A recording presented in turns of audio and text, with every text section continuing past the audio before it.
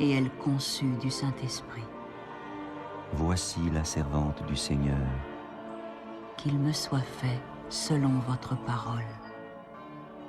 Et le Verbe s'est fait chair, et il a habité parmi nous.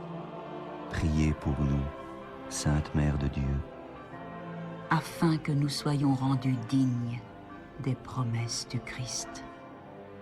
Daigne, Seigneur, répandre ta grâce dans nos âmes, afin qu'ayant connu par le message de l'ange l'incarnation du Christ, ton Fils, nous arrivions par sa passion et par sa croix à la gloire de sa résurrection. Par le Christ notre Seigneur. Amen.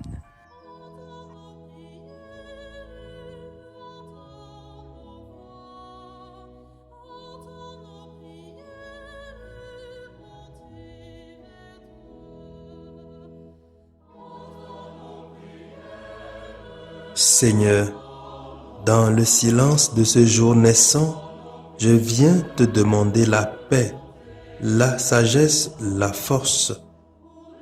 Je veux regarder aujourd'hui le monde avec des yeux tout remplis d'amour, être patient, compréhensif, doux et sage, voir au-delà des apparences tes enfants, comme tu les vois toi-même, et ainsi ne voir que le bien en chacun.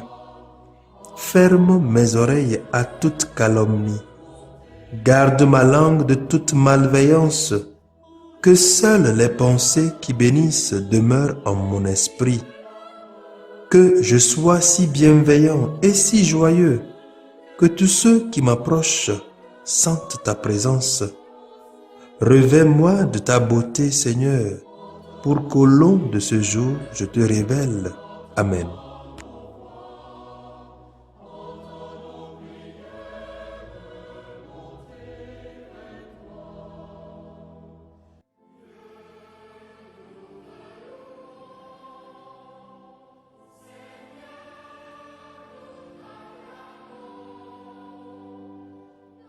Écoutons les textes de ce jour, lus par la sœur Diane Audrey Rima India et commentés par le père Walter Ouamedi Essema.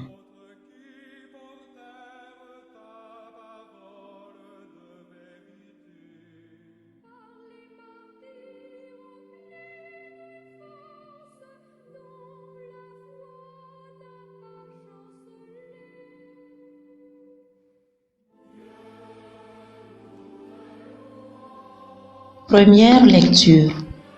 Lecture du livre d'Isaïe, au chapitre 49, du verset 1 au verset 6. Écoutez-moi, îles lointaines, peuple éloigné, soyez attentifs. J'étais encore dans le sein maternel quand le Seigneur m'a appelé. J'étais encore dans les entrailles de ma mère quand il a prononcé mon nom. Il a fait de ma bouche une épée tranchante. Il m'a protégé par l'ombre de sa main. Il a fait de moi sa flèche préférée. Il m'a serré dans son carquois. Il m'a dit, tu es mon serviteur Israël. En toi je me glorifierai. Et moi je disais, je me suis fatigué pour rien. C'est pour le néant, c'est en pure perte que j'ai usé mes forces. Et pourtant, mon droit subsistait aux yeux du Seigneur, ma récompense auprès de mon Dieu. Maintenant, le Seigneur parle, lui qui m'a formé dès le sein de ma mère, pour que je sois son serviteur, que je lui ramène Jacob et que je lui rassemble Israël. Oui, j'ai du prix aux yeux du Seigneur, c'est mon Dieu qui est ma force. Il parle ainsi, c'est trop peu que tu sois mon serviteur pour relever les tribus de Jacob et ramener les rescapés d'Israël. Je vais faire de toi la lumière des nations pour que mon salut parvienne jusqu'aux extrémités de la terre. Parole du Seigneur.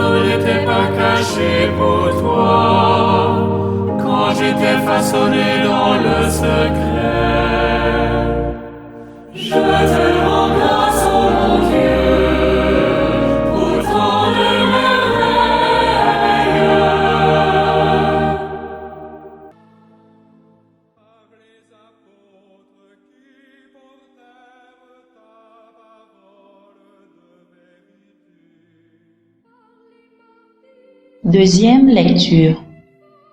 Lecture du livre des Actes des Apôtres, au chapitre 13, du verset 22 au verset 26.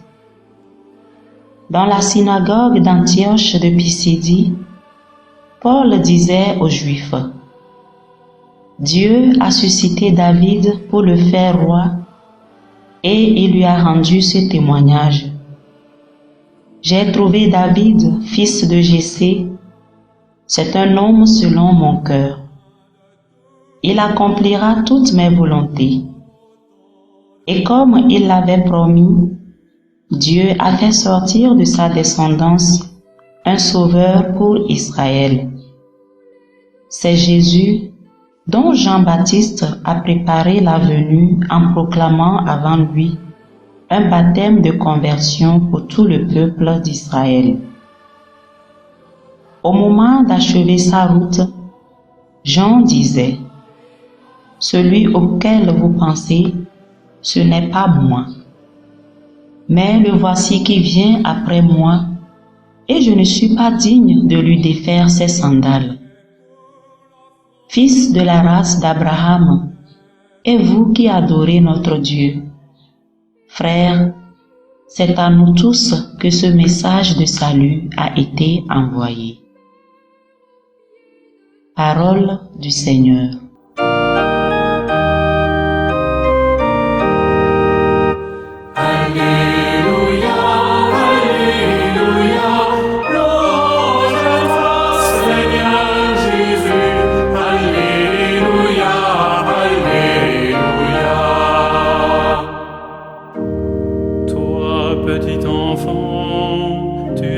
Appelé prophète du Très-Haut, tu marcheras devant en présence du Seigneur et tu prépareras ses chemins. Alléluia, Alléluia, louange à toi, Seigneur Jésus. Alléluia, Alléluia.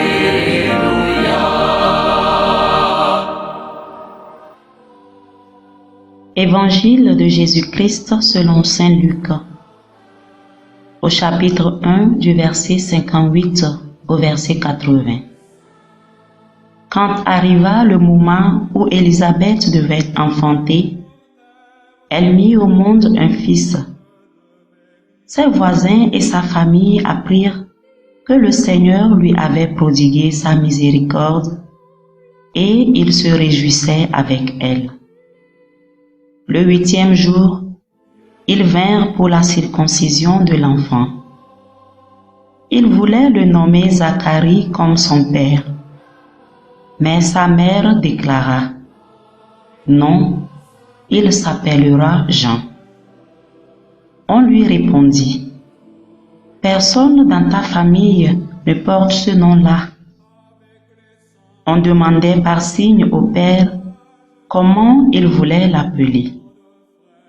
Il se fit donner une tablette sur laquelle il écrivit: Son nom est Jean. Et tout le monde en fut étonné. À l'instant même, sa bouche s'ouvrit, sa langue se délia. Il parlait et il bénissait Dieu.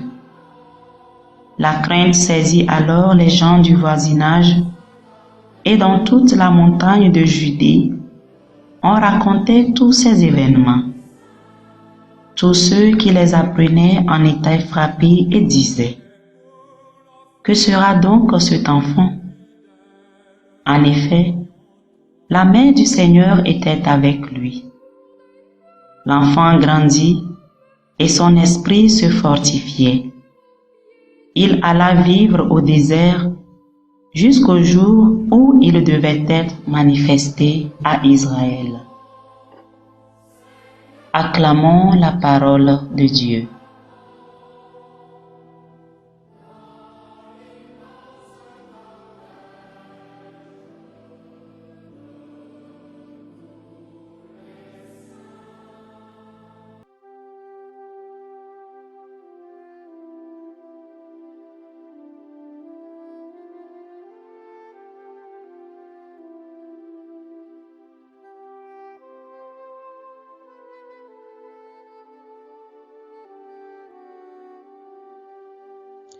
Bien-aimés dans le Christ, le chant du serviteur souffrant, destiné à exalter le parfait Israélite, qui à travers ses souffrances sauve son peuple, nous est proposé aujourd'hui, non pas comme indicateur du Christ, qui sera ce parfait Israélite qui sauvera son peuple et l'humanité entière, mais est associé à la nativité de Jean-Baptiste que nous célébrons aujourd'hui.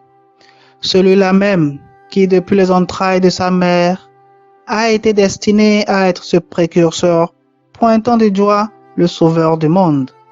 Ce serviteur qui ramène Jacob à Dieu et rassemble le peuple d'Israël. Saint Paul nous le montre dans notre deuxième lecture comme celui-là qui a préparé la venue du Seigneur en proclamant un baptême de conversion pour tous. Oui, il est celui-là qui se fait humble en reconnaissant son identité de précurseur. Celui-là qui ne s'approprie pas un rang ou un état qui n'est pas le sien. Aujourd'hui, nous pouvons tous nous identifier à Jean-Baptiste en reconnaissant que nous sommes également appelés dès le sein de notre mère à être un canal pour le salut de l'humanité, à être des serviteurs fidèles du Christ, à être enveloppés d'humilité qui reconnaît la grandeur de celui-là dont nous partageons la mission. L'Évangile nous raconte l'événement de la circoncision de ce grand prophète qui a suscité l'étonnement et l'admiration de tous. Oui, déjà bien avant cette circoncision, il apparaissait clairement que Jean-Baptiste était destiné à accomplir des choses inhabituelles. Il fut né d'une femme stérile. Son nom a été donné directement par Dieu à travers l'annonciation de l'ange. Ses vieux parents étaient fidèles à Dieu malgré l'opposition de la famille et des amis qui voulaient voir l'enfant être appelé Zacharie comme son père. Chers amis dans le Seigneur, à plusieurs occasions dans notre vie, Dieu nous fait savoir ce qu'il veut et attend de nous. Malgré le fait que la famille de Zacharie voulait voir appeler cet enfant comme son père, Élisabeth et Zacharie ont su rester fidèles à la volonté de Dieu. Ils ont tenu ferme à cette pression extérieure. Ceci a valu à Zacharie de retrouver l'usage de la parole. La fidélité au Seigneur a restauré son incapacité à parler. Qu'en est-il de nous aujourd'hui? Qu'en est-il de moi aujourd'hui? Succombons-nous face à ces nombreuses pressions extérieures auxquelles nous faisons face au jour le jour, ou arrivons-nous à nous montrer fidèles à l'instar d'Élisabeth et de Zacharie? Chers frères et sœurs dans le Christ, c'est un signal à nous lancer aujourd'hui à reconnaître que la fidélité à Dieu dans nos circonstances de vie nous ouvrira toujours aux grâces insondables de Dieu. Que la nativité de Jean-Baptiste que nous célébrons aujourd'hui soit une naissance perpétuelle dans nos cœurs et dans nos vies, et qu'elle nous accorde la grâce de la fidélité. Amen.